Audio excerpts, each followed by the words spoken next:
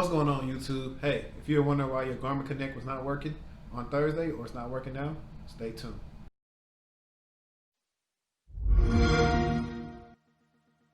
What's going on, guys? Hey, it's your boy HD. Hey, appreciate you for being on the channel. If it's your first time on the channel and you're interested in cybersecurity or IT, make sure you're going to hit that subscribe button right now. So this past Thursday, Garmin Connect was unusable for pretty much anybody that uses the service. And what they told people on their Twitter and everything else was that they were experiencing an outage that was pretty much affecting everything. And what we now know happened is they were hit by ransomware. And to be more specific, they were hit by WastedLocker Ransomware.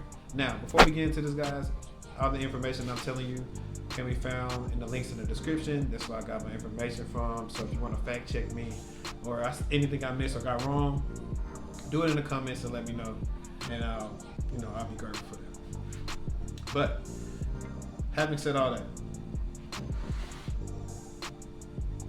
that, so some of the stuff on Bleeping Computer is Garmin shut down most of their stuff on Thursday because, of course, they couldn't use it because they were hit by ransomware, and pretty much they also told the IT department tried to shut down everything remotely that they could, even the people that were on VPN, because all their data was getting encrypted.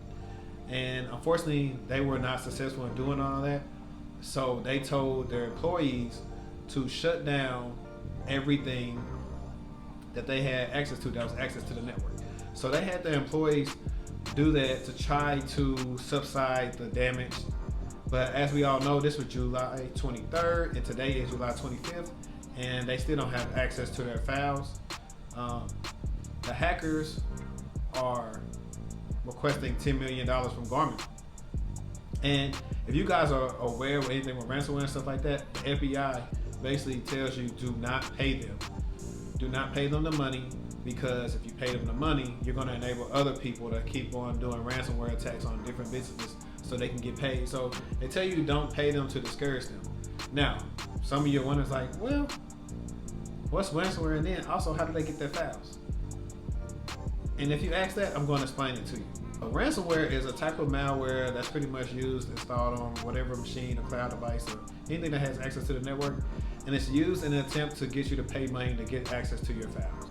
Garmin was called WastedLocker, and that's been developed by this Russian group that was also known as ebook or Dridex, and they were big since 2007 when they had a ransomware campaign that happened. And WastedLocker is your typical ransomware, but it's a little bit trickier. What WastedLocker does is WastedLocker is a ransomware that's multi-platform that used to infiltrate your systems. What it can do is it can put a hamper on your business day-to-day activities and put a huge strain on them. It's normally distributed from corrupted websites, spam and email ads, and etc. And as know, that's everything that was attributed to Garmin. They pretty much said everything, that all their call centers, this and that, was pretty much unusable, so they couldn't get to them. And that's also kind of referred to as DDoS, which is a distributed denial of service attack. That'll be its own video. But if you're able to make somebody not be able to use their resources, technically you're doing a denial of service, and nobody can help or get the help. So if you guys are wondering now, kind of explain what ransomware is and kind of what WastedLocker is and kind of the symptoms of what it does. How can they get their files back? So you could pay the ransom, but at the same time, if you pay the ransom, it's going to make you look a certain way, and like I said, it's going to make other people either attack you or attack other people. So you don't want to pay the ransom. Now, what you can do is get a third party involved, someone who's familiar with handling ransomware, and they can come in and decrypt the files and stuff for you. And you want to make sure you're getting somebody who actually knows what they're doing, because if you don't, your files could potentially be lost forever.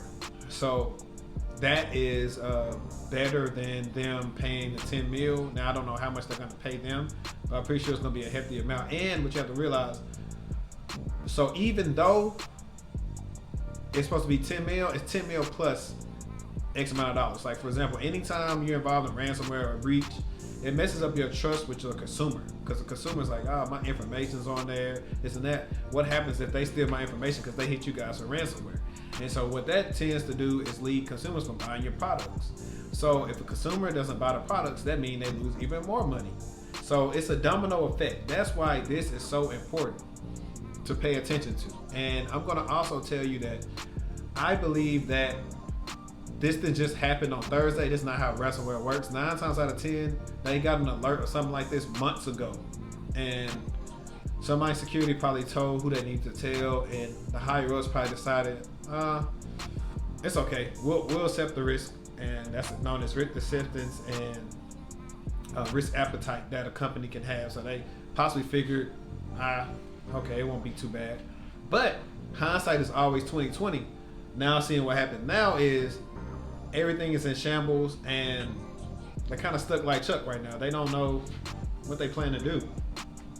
And some of you are wondering, well, if I have a small business or mid-sized business, how do I protect us against ransomware? And I'm going to tell you a couple of methods. So first things first is to invest in a good cybersecurity program, and that comes from the top down, from your C-level execs, directors, managers, leads, all the way to your analysts. And they're gonna, I'm doing my hands like this. It's probably a horrible example, but this is the umbrella, and these are the different departments and stuff they connect to. Don't laugh at me, guys. I haven't been doing this long. Now, moving along.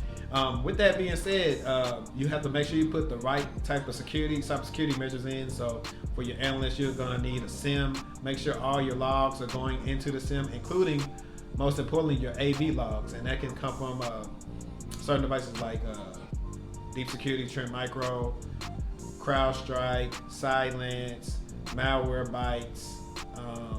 You name it. Pretty much those are some popular ones out now. So all that comes into play. You have the right correlation rules. You got the right security feeds coming in to meet your attack, to let you know how severe a risk is when it comes into your environment. And that is one of the shortcut ways to minimize something like this happening. Number 2, just as important as number 1, for the IT people, backups. Make sure you have backups of your data. If you don't have any backups of your data, if this happens, then like what? That's one of the biggest ways to mitigate this. Okay, yeah, you got my fast, cool. I got backups offsite somewhere. We can get them back and we'll be up and rolling. Who cares? Keep the encrypted files. We got all that. That's one. Number 3, also an IT thing. Make sure your systems and software are up to date. And this is where vulnerability management, penetration testing, all that comes into place. That's why Red Team is so important, because they are testing to make sure you don't have any flaws or vulnerabilities in your systems. And if you do, it's important to take care of everything that's the most critical. Sure, it can take a lot of money, but you'd rather take that money up then and pay for it than have to suffer the consequences like Garmin is having to do now. So you want to make sure that you do go ahead and take care of this as quick as possible. And for you people out there that want to get into this vulnerability management and stuff like that, it is pretty interesting, but I also can tell you it's a lot of paperwork, because you weren't able to scan or do any type of testing unless you have written consent. If you don't have any written consent, possibly get in trouble, because they have to make sure, hey, this doesn't affect production, this doesn't take this offline. I'm talking about, it's all type of stuff that you guys on the outside may not know how this thing works. And when it comes to number 4, pretty much stay up to date, stay informed. You have multiple security blogs, you have Twitter also, but then you got social media, Reddit forums, you name it. Everybody is now going to talk about something that's hitting everybody. So stay in the know. You don't want to have another repeat of WannaCry, which is now 3 years ago. I was involved in WannaCry, and I'm gonna give WannaCry like its own video. But those are some ways, guys, that you can mitigate yourself, to protect yourself, to not being hit by some ransomware. And possibly, if you do see some strains on your network, that you take care of it faster than before they have a way to get all your files. But hey guys, if you made it this far in the video, I appreciate you. Make sure you hit the subscribe button, hit the bell icon, make sure you share this on your social media, and comment on the video, guys. But hey, it's your boy HD. Thanks for watching.